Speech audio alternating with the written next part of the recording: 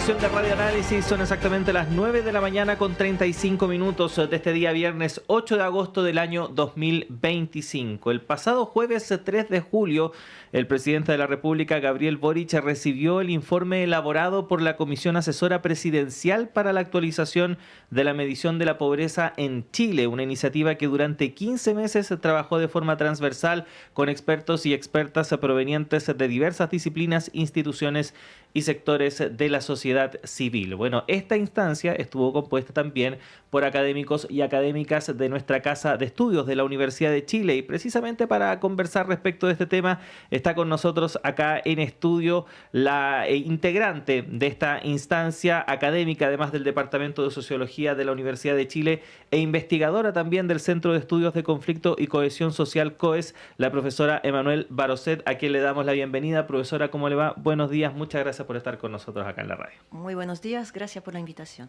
Sí, profesora, partir para darle un poquito de contexto también a quienes nos escuchan a esta hora de la mañana. ¿Por qué era necesario actualizar la forma, o por qué es necesario actualizar la forma en que se mide la pobreza en nuestro país? Todos los países tienen mediciones y las sociedades cambian. Entonces, lo que se entiende por pobreza en un momento determinado puede perder validez en otro momento. Entonces, la medición de la pobreza que se usa en Chile desde finales de los años 80 tuvo varias actualizaciones. La última había sido en el año 2014 y la última comisión había señalado, además de los cambios que propuso, que fueron aceptados en general, que una nueva comisión evaluará nuevos cambios que hacer 10 años después. Es una política de Estado, no es que un determinado gobierno tome una decisión, sino que cada cierto tiempo tenemos que revisar.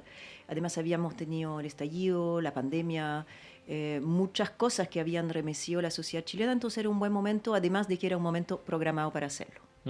Ahora, profesora, dentro de las propuestas que entregó esta comisión, hay un cambio, ¿no? Se propone un cambio desde una medición puramente por ingresos, como está hoy en día, hacia una mirada más multidimensional.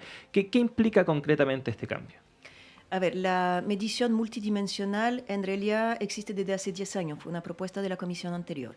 Solo para resumir, efectivamente durante mucho tiempo se medía un equivalente en términos de ingresos a lo que la gente tiene que gastar como mínimamente para sobrevivir, y arriba de ese umbral uno no está en pobreza, debajo de ese umbral uno está en pobreza, y es un equivalente a un número de calorías, pero llevado a pesos, para saber cuánto uno tiene que gastar o ganar para estar fuera de la pobreza. Y hace un tiempo atrás, bueno, desde los años 80, en estricto rigor, se empezó a señalar que uno puede tener, por ejemplo, 300.000 pesos de ingreso, pero no es lo mismo si tiene acceso a agua potable o no tiene acceso a agua potable. Igual hay otras condiciones en la vida que hacen que si uno no tiene acceso a esas condiciones, educación, salud, la situación de pobreza puede ser mucho más compleja. Entonces, el primer país en América Latina que ingresó en su medición el tema multidimensional, no solamente ingresos, sino que otras dimensiones de la vida, fue México. Chile siguió muy rápidamente en el 2014 con 5 dimensiones, que son educación, salud, vivienda, entorno social y cohesión y trabajo, ¿ya? Y cada una de estas dimensiones tiene 3 indicadores y nosotros hicimos una propuesta de pasar a 4 indicadores por dimensión. Pero hace ya tiempo que Chile mide las dos cosas que son necesarias, porque en el fondo la pobreza es un fenómeno muy complejo. Las personas en situación de pobreza tienen una vivencia también muy compleja, entonces la idea es no remitir todo a una línea unidimensional, si gano un peso más o un peso menos estoy o no estoy en la pobreza, sino que entender que en el mundo en el cual vivimos y lo que es deseable en términos mínimos sociales incluye esas otras dimensiones.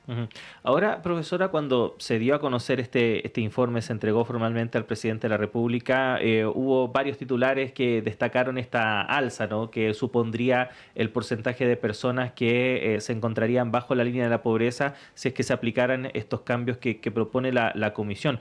¿Por qué se produce esa diferencia en el fondo, y qué nos dice también a nosotros como sociedad? Bueno, recordemos que cuando partimos con la medición de la pobreza en Chile, al final de la dictadura estábamos en alrededor del 40% de la población en situación de pobreza. La última medición, la que fue entregada con la encuesta CACEN de caracterización socioeconómica del 2022, con los datos del 2022, da un 6,5%. Y efectivamente, intuitivamente, cuando uno mira a la sociedad chilena, dice, probablemente hay más gente en situación de pobreza que el 6,5%, y eso era como bastante obvio. El tema es que cuando uno hace una actualización de la medida, esta medida se vuelve más exigente. No solamente incluimos más indicadores, por ejemplo, en la medición multidimensional, sino que los umbrales se hacen más exigentes. Entonces, no es que porque se publicaron esas recomendaciones de un día para otro haya 3 o 4 veces más personas en situación de pobreza en Chile, sino que la medida se hace más exigente y por lo tanto hay personas que antes no necesariamente eran consideradas como en situación de pobreza, que ahí ahora sí lo son porque la medición es más exigente. Uh-huh. Profesora, uno de los ejes que también se establecen en esta propuesta es el concepto de privaciones. ¿Qué quiere decir eso y cómo conversa con lo que hemos estado explicando? Bueno, volvamos a esa idea como de los mínimos sociales aceptables en una sociedad, que esto no es solamente lo que dice un conjunto de expertos.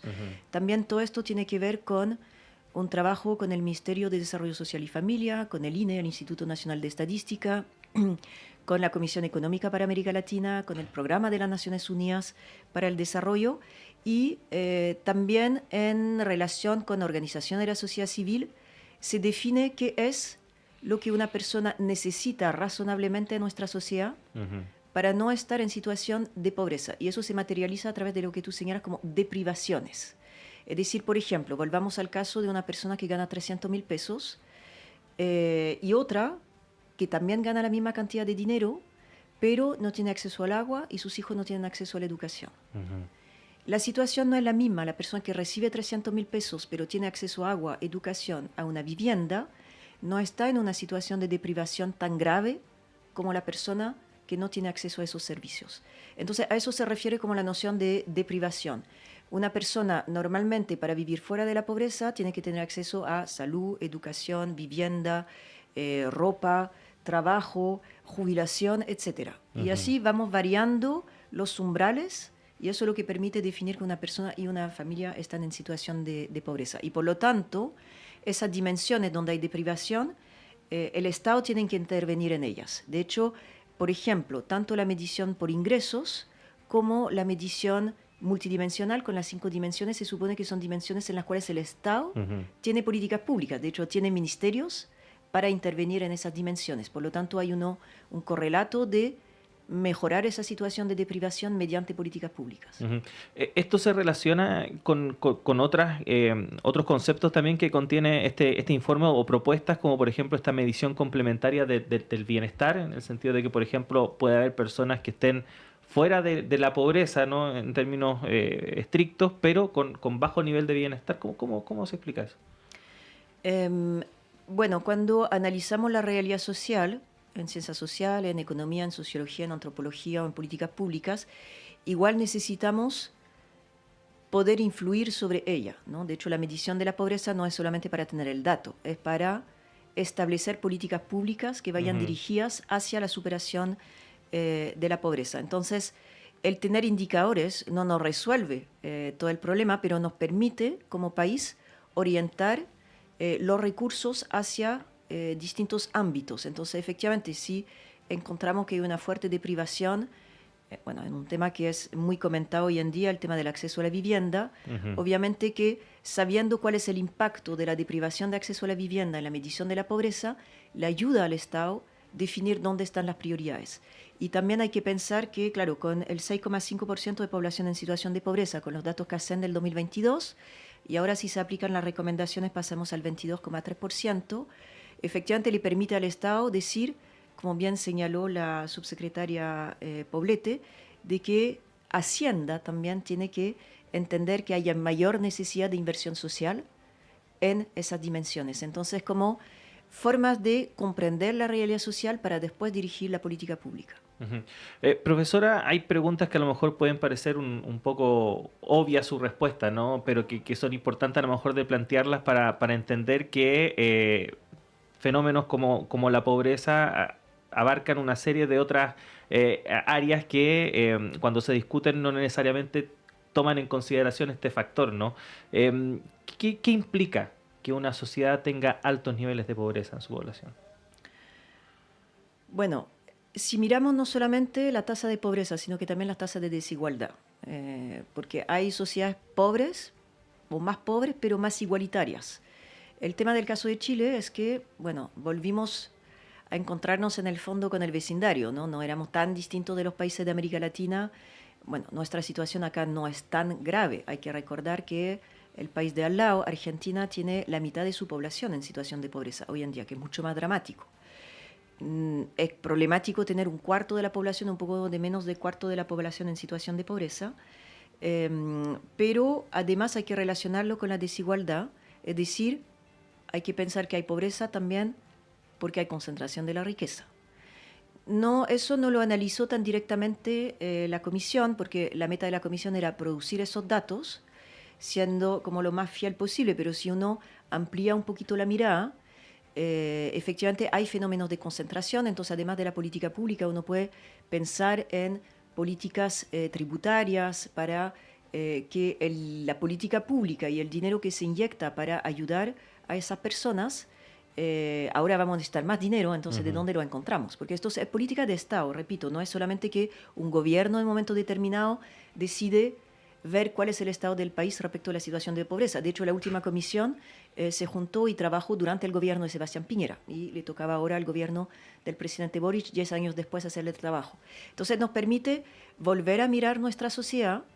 Nos pensábamos a mediados de la década pasada como en el umbral del desarrollo, porque efectivamente teníamos tasas de pobreza más bajas, pero menos exigentes, y crecimiento económico alto. Pero 10 años después estamos con una población en situación de pobreza mayor, con cifras de desigualdad que no bajan tanto y con más dificultades para generar ingresos, crecimiento económico más bajo, etc. Entonces, nos permite también, más allá de la situación de las personas que están en pobreza, es pensar el conjunto de la sociedad y cómo nos relacionamos con ese grupo, cómo generamos los dineros para tener buenas políticas públicas que en el largo plazo van a ayudar a esas personas a no estar en la pobreza o a la gente que está justo arriba a no caer en la pobreza. Hay que pensar que también la pobreza es un fenómeno dinámico y hay gente que entra, sale, y hay otros que salen y no vuelven a entrar, o hay gente que baja y se queda ahí. Hay mucho movimiento también alrededor de la línea de la pobreza. Sí, precisamente respecto de eso, ¿cómo se puede cuantificar o si es que se puede cuantificar el porcentaje de personas que están en esa condición, en esa situación en el que, por ejemplo, hoy en día, 8 de agosto, me encuentro en una buena situación, con un hogar, etcétera, etcétera, pero pierdo el trabajo y paso inmediatamente a estar en otra instancia? ¿Se puede cuantificar eso?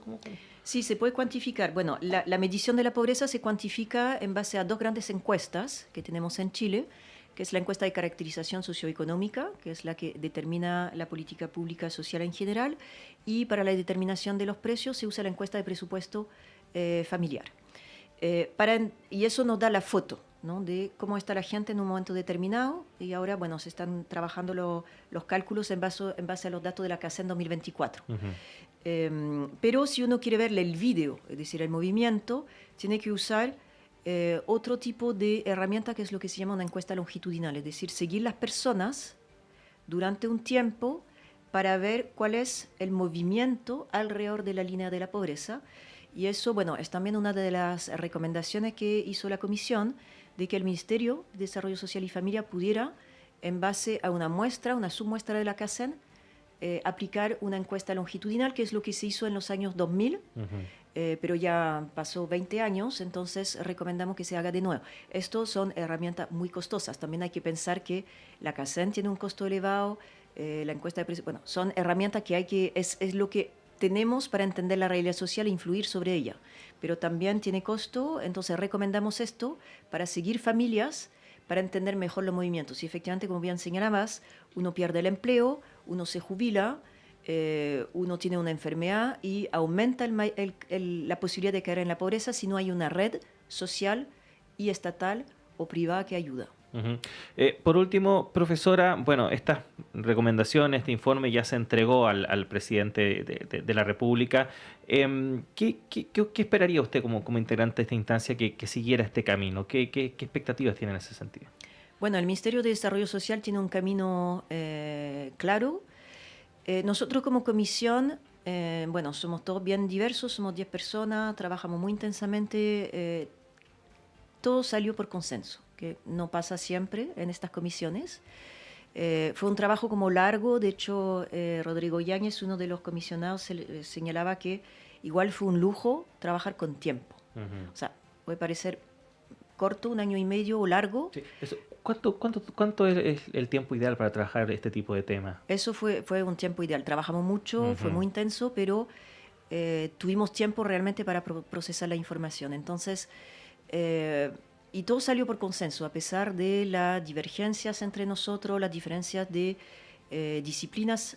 Entonces, salió un informe consensuado, lo que no siempre pasa, con un ministerio bien receptivo, y ellos ahora están haciendo todas las evaluaciones, porque nosotros hicimos un montón de cálculos, simulaciones, etcétera, pero obviamente que los organismos que van a aplicar posteriormente tienen que rehacer todos esos cálculos.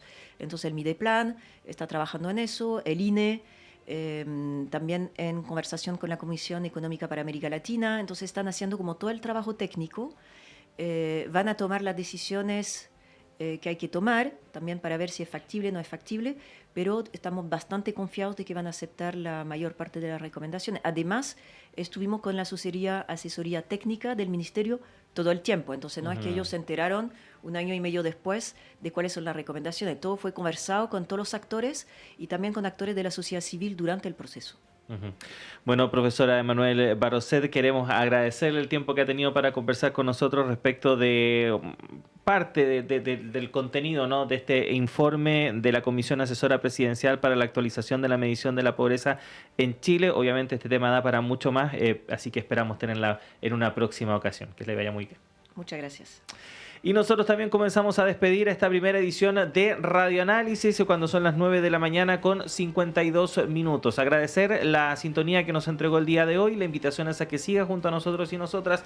Ya llega Nicolás Rojas y Semáforo en breves minutos, pero también acompañé la programación de la red de radios que piensan, que se han conectado esta mañana a esta transmisión. A invitarlos también a las 13 horas, más noticias en la segunda edición de Radioanálisis junto a Diana Porras. Antes en nuestros boletines informativos y por supuesto también en nuestro diario electrónico radio.chile.cl y nuestras plataformas en las redes sociales. Muchas gracias a todo el equipo, nos reencontramos el próximo lunes, que estén bien.